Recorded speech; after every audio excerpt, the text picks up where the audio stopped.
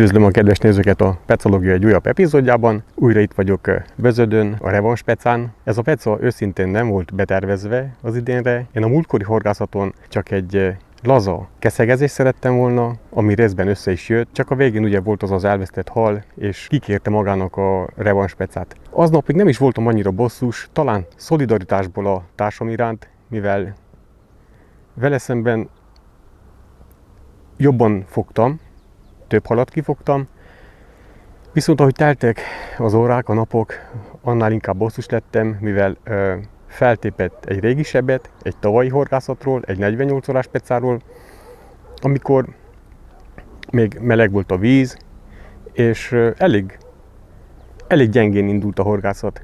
Aztán az első nap utáni éjszakán nagyon jól beindult a hal, egymás után jöttek a dévérkeszegek, már ami kijött, hát nem tudom, így darabszámra 25-30 is körülbelül. Ami nem jött ki, az benn maradt a növényzetbe, és volt 4 darab szép ponty is, amiből egy jött ki, a másik 3 azok benn maradtak a tóban. Ugyancsak a növényzet miatt. Azóta is terveztem, hogy visszajövök erre a helyre, Bözödre, a Bözöditóra. Az idén nem sikerült megismételnem azt a pecát, és már úgy nézett ki, hogy nem is lesz belőle semmi. Viszont a múltkori elvesztett hal kikövetelte ezt az ismétlést, ezt a revansot, ezt a pecát. Az előbb beszélgettem egy horgász kollégával, aki itt lennebb horgászik, és ezt a helyet ajánlotta. Pontosabban ott horgászik a kollega, ahova én is terveztem beállni, nincsen semmi probléma. Még szerencsére beszélgettem vele, mivel elmondása szerint gyakrabban horgászott ezen a helyen, és én pont itten a fától egy picit jobbra szerettem volna beállni. A helybéliek elmondása szerint itten van egy kis patak is, tehát itt régebb, amikor még falu volt, itt folyt egy patak. Azon kívül meg van egy oszlop is, hát elég misztikus ez a tó, hogy olyan helyen horgászunk, ahol régebb egy helység volt, és azon kívül még vannak akadók. Azt mondta, hogy ahol pont most beálltam, kevesebb az akadó.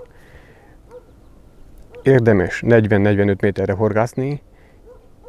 Ami még kihívás lesz, a part közeli akadók, a növényzet, ugyanis ahogy kezd mélyülni a tónak a medre,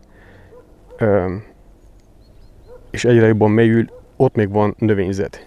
Amint bemutattam a múltkor is, a növényzet elég hosszú szárúak, és ezt kell most is kikerülnöm.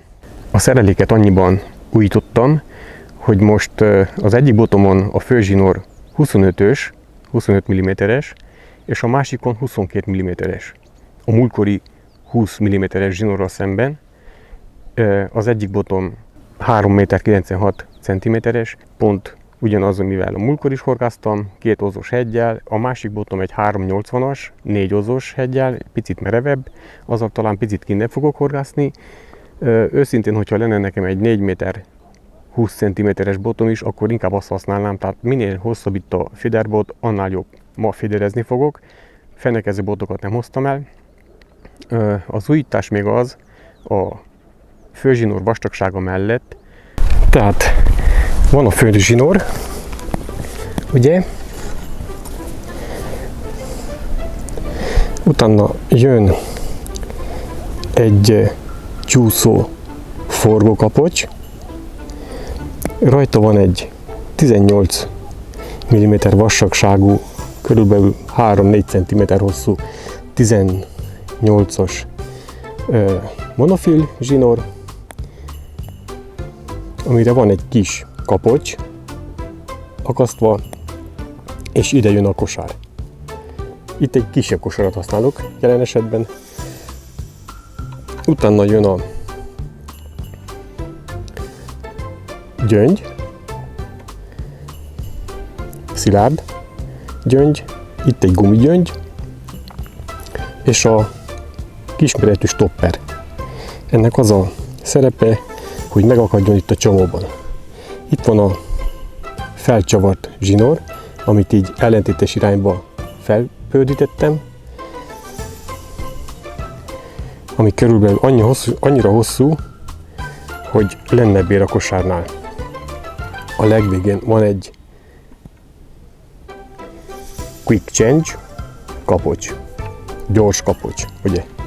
Remélem, hogy ez a része a szereléknek, hogyha beakadna a kosár a növényzetbe, akkor itt fog elszakadni. Inkább maradjon benne a kosár, és jöjjön ki a hal.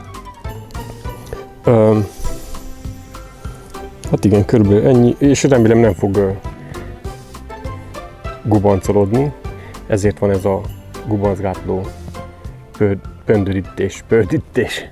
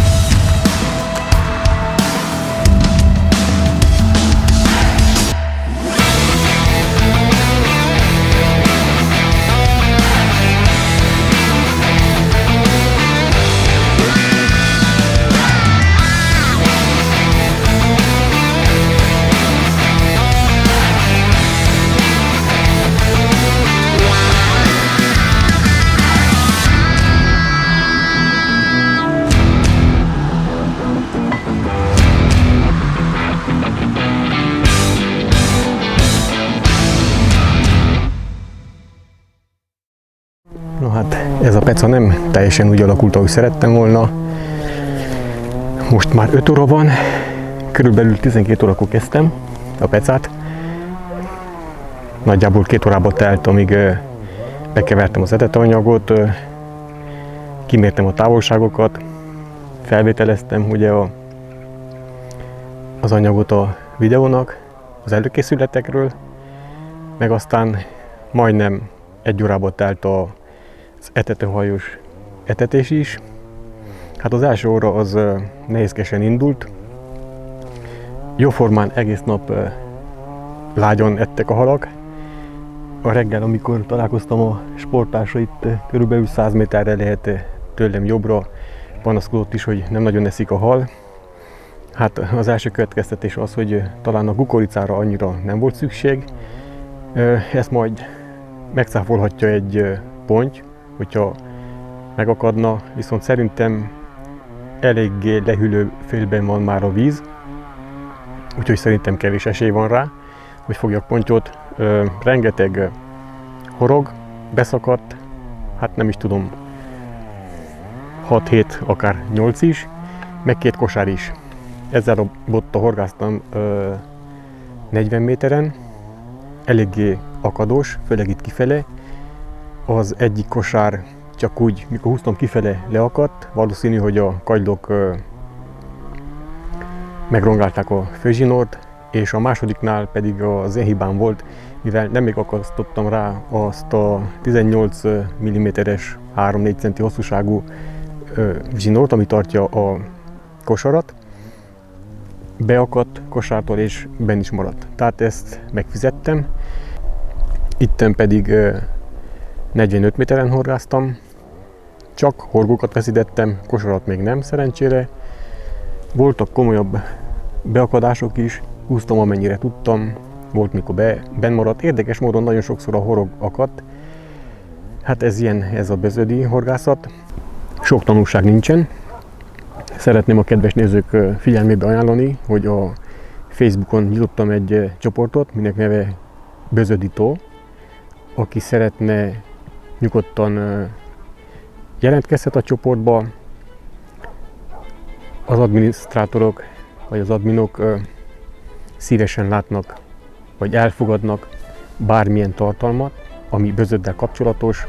Lehetnek azok képek, beírások, élménybeszámolók, videók, akár külső forrásból is, mint YouTube, vagy weboldal, vagy akár blogbejegyzések.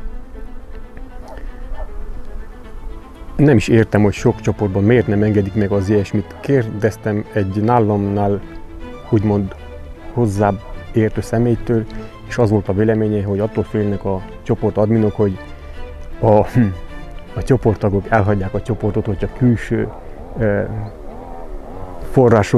forrásokra hivatkozunk, külső linkek.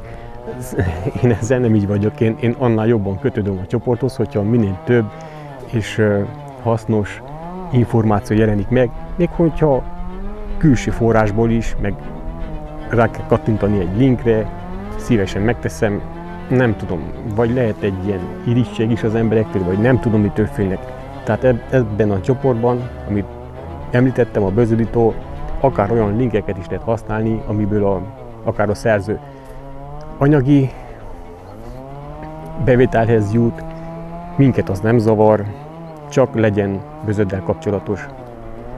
Ez egy érdekes tó, tele van misztikummal, tehát úgy tessenek elképzelni, hogy most is, ahol horgászom, ott egykoron egy falu volt, tehát lehet most éppen valakinek a kertjébe horgászom, vagy egy utcán, vagy egy villanypózna mellett, nem lehet tudni. Eléggé furdal a kíváncsiság, hogy vajon mi történik most ott benn az etetésen, mennyi a hal, meg mik vannak, esetleg egy kerítés, nem is tudom. Ez nekünk, horgászoknak kuriózum, misztikum, érdekesség. Ezzel nincsen mindenki így, főleg azok az emberek, akik régen itt laktak, azoknak egy picit fájdalmas, viszont hogyha már így van a helyzet, hogy elárasztották ezt a falut, akkor legalább becsüljük meg. Természetesen a szemetet össze kell szedni horgászat után, vagy piknikkezés után is, és így próbáljuk meg ápolni, mint egy értéket, amennyire még, vagy ameddig még lehet. Esetleg, hogyha vannak kérdések, nyugodtan fel lehet tenni a videó alatti hozzászólás részben. Szívesen válaszolok, akinek még vannak kérdései. Természetesen a feliratkozás az nagyon fontos, ingyenes a kedves nézők részéről. Nagyban segíti a csatorna üzemeltetését. Ha tetszett a videó, akkor lehet dobni egy lájkot. Nem tudom, ha még bejelentkezem erről a pecáról így beszélve, úgyhogy köszönöm, hogy végignézted ezt a videót is, és találkozunk legközelebb. Sziasztok!